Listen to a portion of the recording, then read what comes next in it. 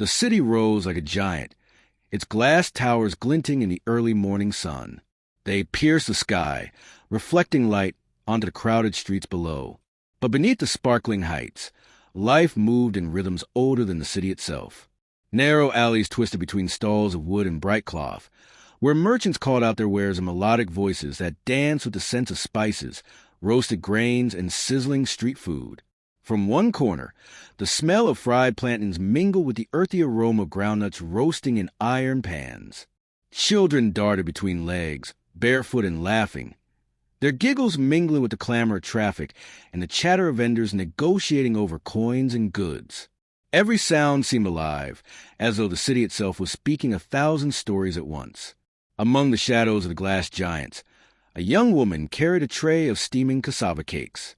Her hand shook slightly as she pushed past a luxury car that glided silently on polished wheels, driven by a man in a suit that gleamed as brightly as the towers above.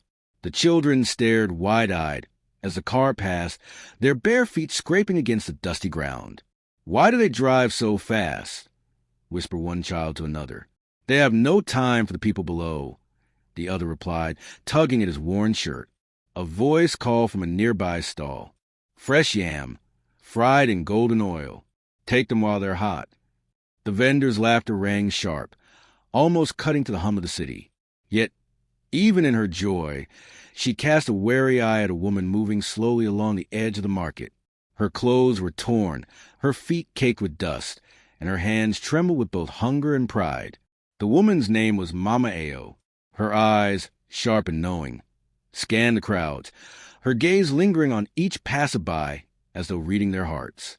Despite the cold judgment of some, she moved with quiet dignity, a shadow of grace in a city that often forgot those like her.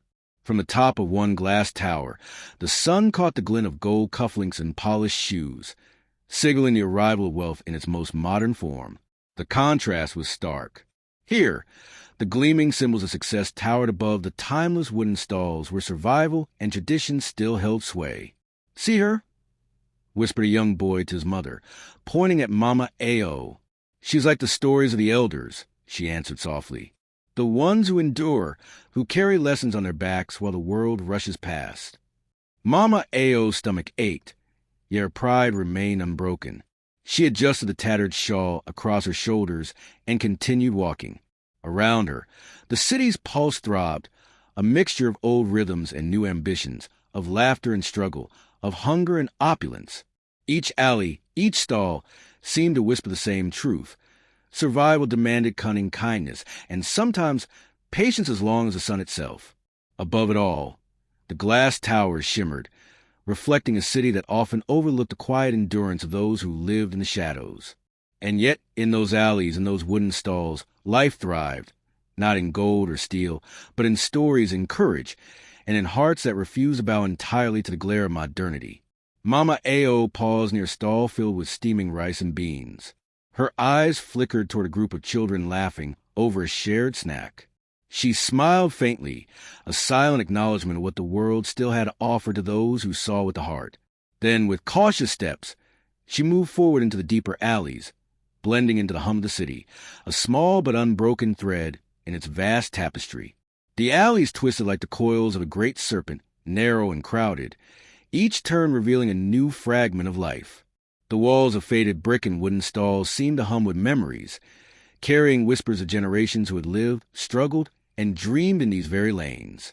Every corner told a story. The echo of a mother calling a child's name, the laughter of men playing a game of stones, the soft murmur of elders sharing wisdom with those who would listen. At a shaded corner, 2 elders leaned against the wooden post of a spice stall. Their faces were carved with lines of age and experience, eyes bright with knowledge that the young often overlooked.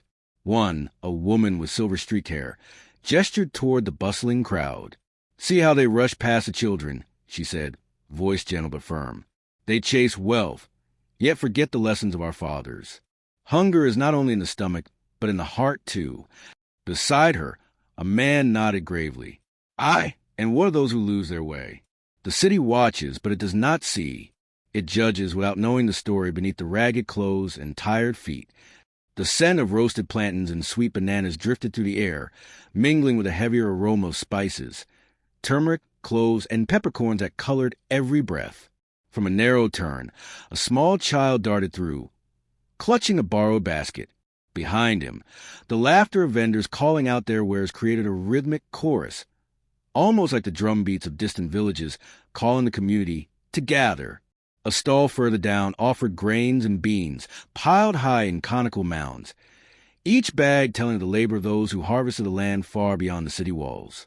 An old man, bent with age, ran his fingers over the grains, whispering a prayer of thanks. May those who eat remember where it came from, and may they share what they can, he murmured. The alley seemed alive, as if it held the weight of all the lives that had passed through it. Shadows pooled in corners where secrets lingered. Tales of young lovers stolen away by circumstance, merchants who had lost everything to fire and flood, mothers who had sacrificed for children no longer present.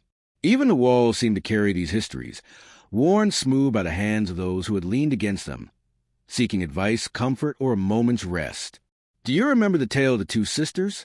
the silver-haired woman asked, eyes glinting with mischief and sorrow. One gave all she had, and the other, blinded by greed, lost a favor of the ancestors. Yet the city forgot the one who gave. The boy paused, curiosity lighting his eyes. Will the city ever remember her grandmother? The woman smiled, her gaze following a vendor carefully setting out steaming dumplings.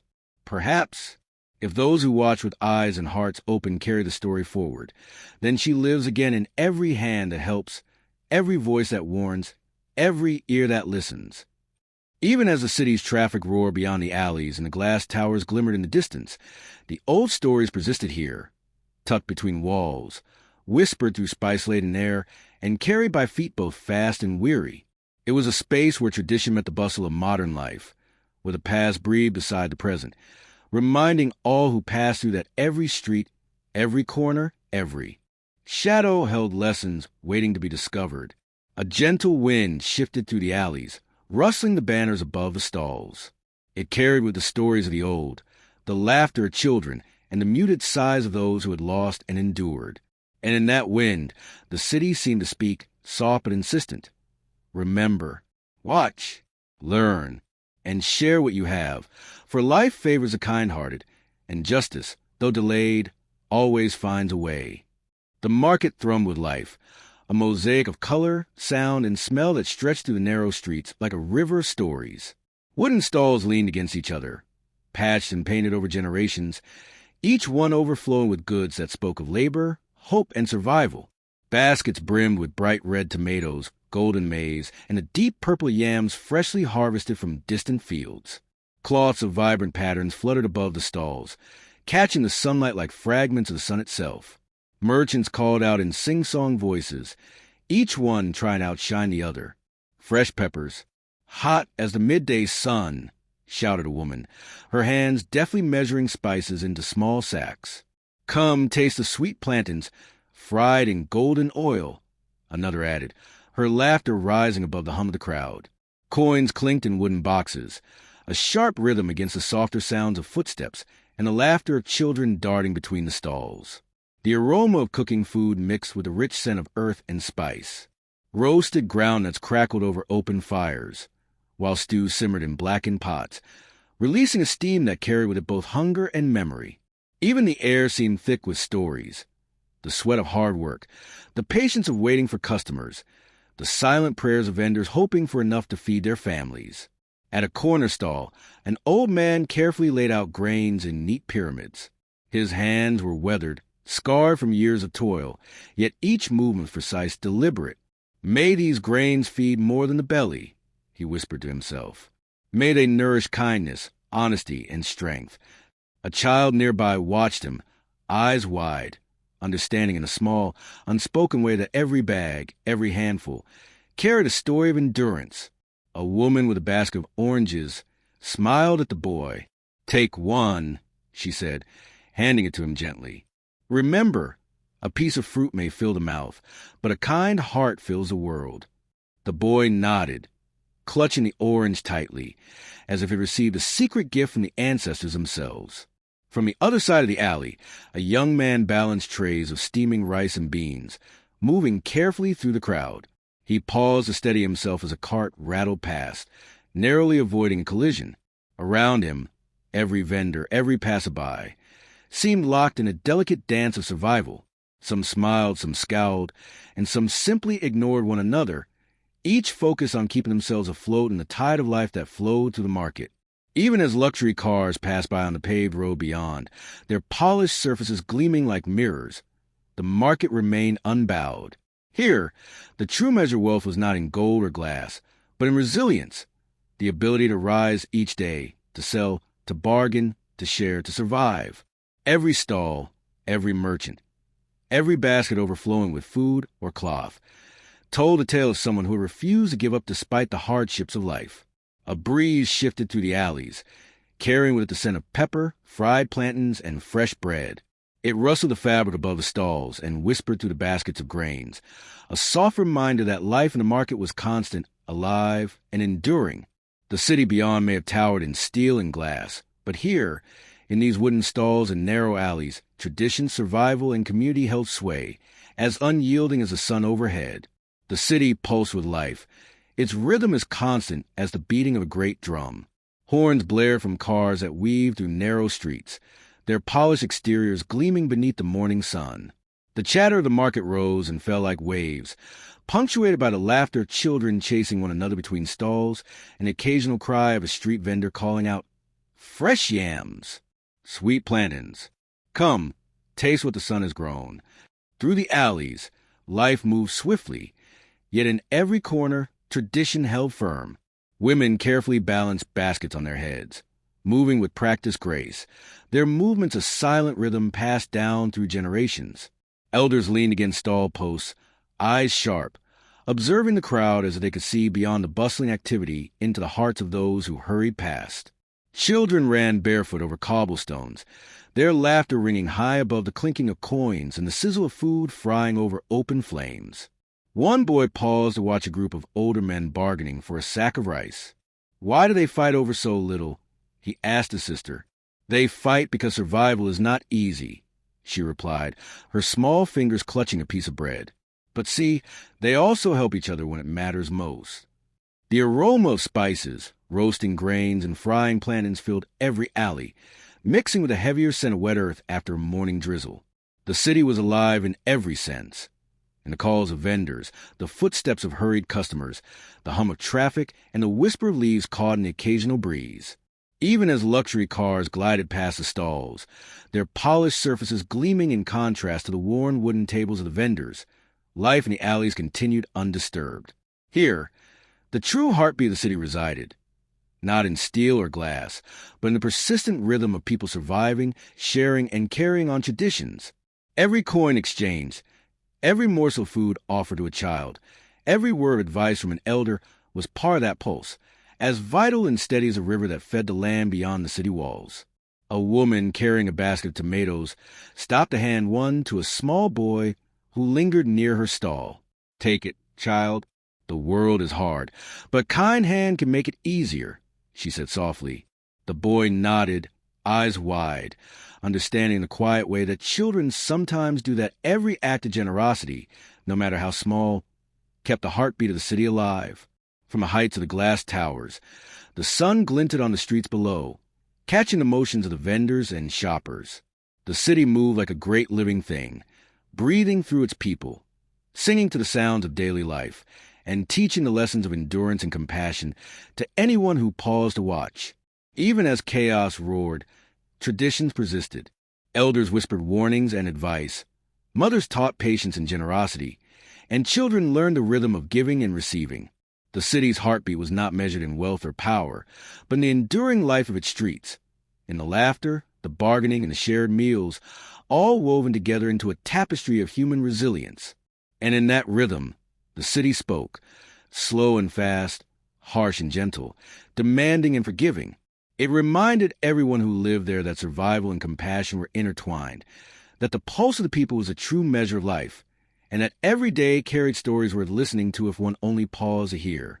The streets shimmer with a strange kind of contrast, a tale written in steel, glass, and dust.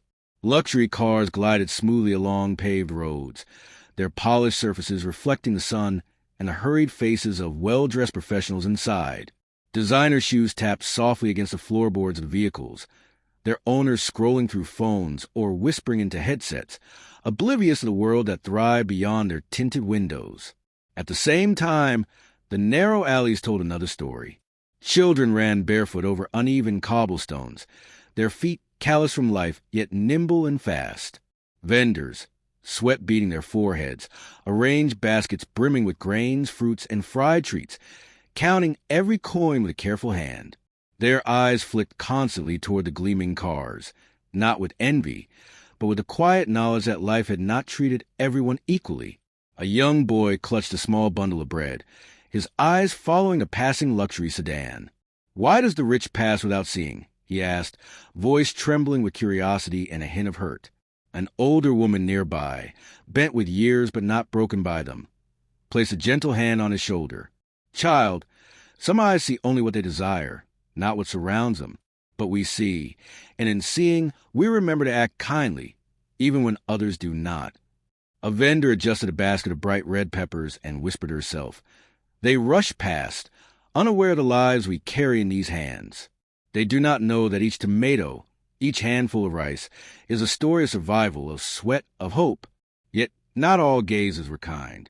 Some passers-by glared at the children, shaking heads as if their bare feet were a sin against the city. Others scoffed at the vendors, muttering about laziness or incompetence, failing to see the long hours and skill behind every transaction. Envy lingered in the air like a heavy spice, bitter and unwelcome. Despite this, the market pulsed with resilience. The children laughed despite their ragged shoes. The vendors continued their calls. Yam, hot yam, sweet plantains, and rice and beans, best in the city. Every voice, every movement, was a quiet act of defiance, a reminder that life persisted even under the gaze of judgment.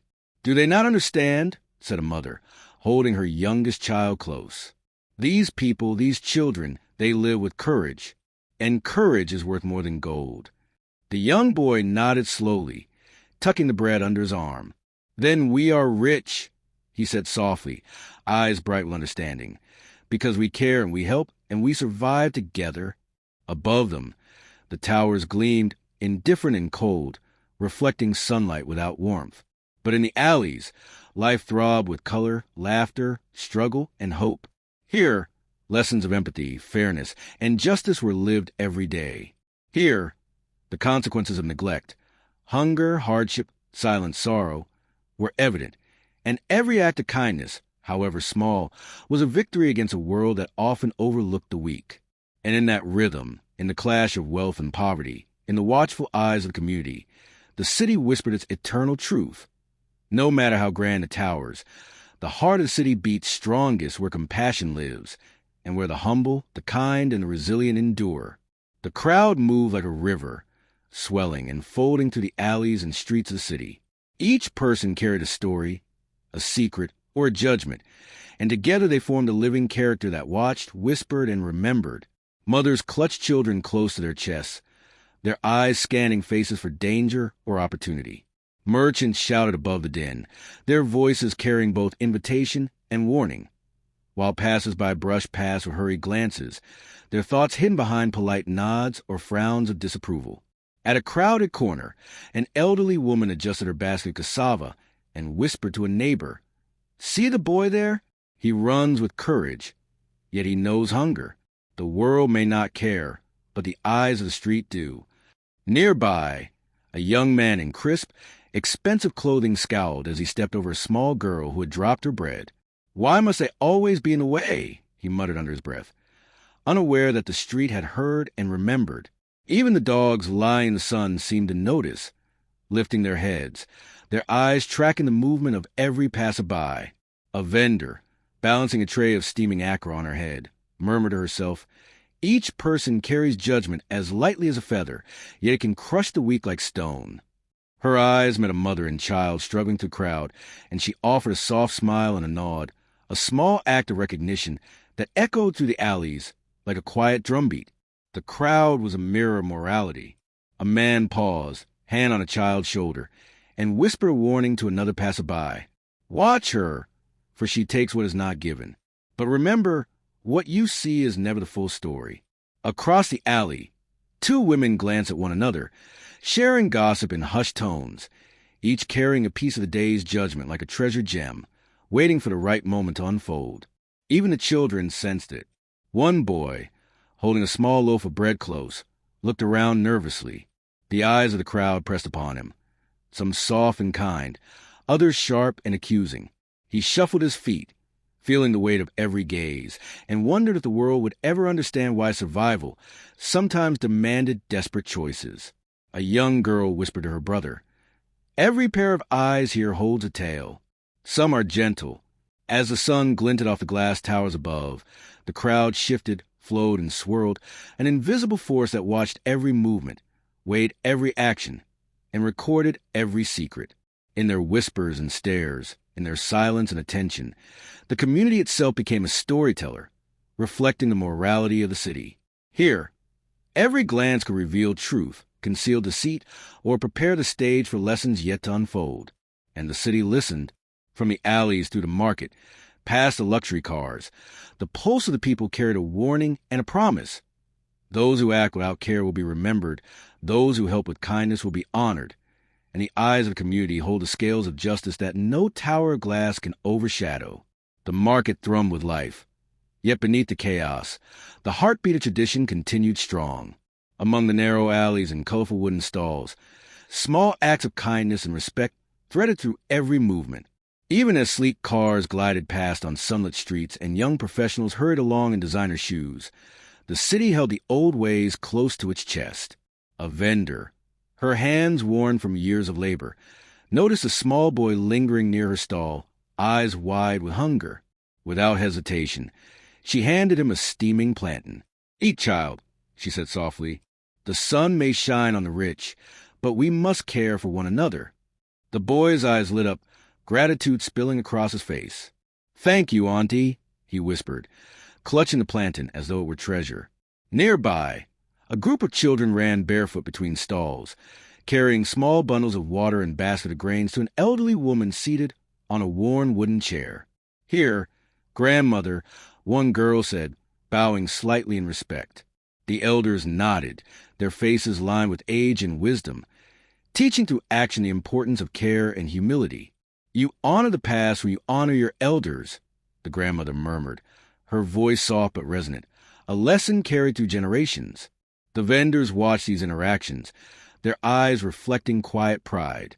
Some offered extra portions to those in need, while others shared a word of advice, reminding children of honesty, patience, and perseverance. Every act was a thread, weaving a fabric of morality through the bustling, modern city. A young man in a tailored suit paused at the edge of the market, observing the scenes with a mixture of impatience and fascination. "Why linger here?" he muttered, more to himself than anyone else. Yet even he could not ignore the lessons unfolding before him. A child bowing respectfully, a vendor giving food freely, elders nodding in approval or shaking their heads in caution. In that instant, he felt the pulse of the city, not in the glass towers, not in the cars, but in the enduring moral codes that guided its people. From above, the sun glinted off the skyscrapers, casting shadows that danced among the stalls. The rhythm of life continued, rapid and relentless, yet within it, the old ways held steady. Respect for elders, care for the weak, and the quiet teaching of moral lessons persisted, resisting the pull of the modern world.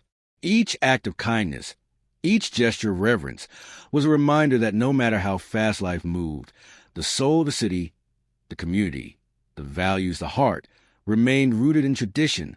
A child handed a handful of water to a frail old man, who smiled, eyes twinkling. "You honor your family, and you honor the world," he said. Nearby, a vendor whispered to a young girl, "Even when life rushes past, we must feed the hungry and teach the truth. That is how we survive with our souls intact." And so the city breathed, alive in the bustling alleys and sunlit streets, carrying forward the eternal pulse of African moral codes. In every act of generosity, in every respectful nod, the people whispered to one another, to the children, to the strangers passing by. The world may change, The towers may rise, but honor, compassion, and communal values endure.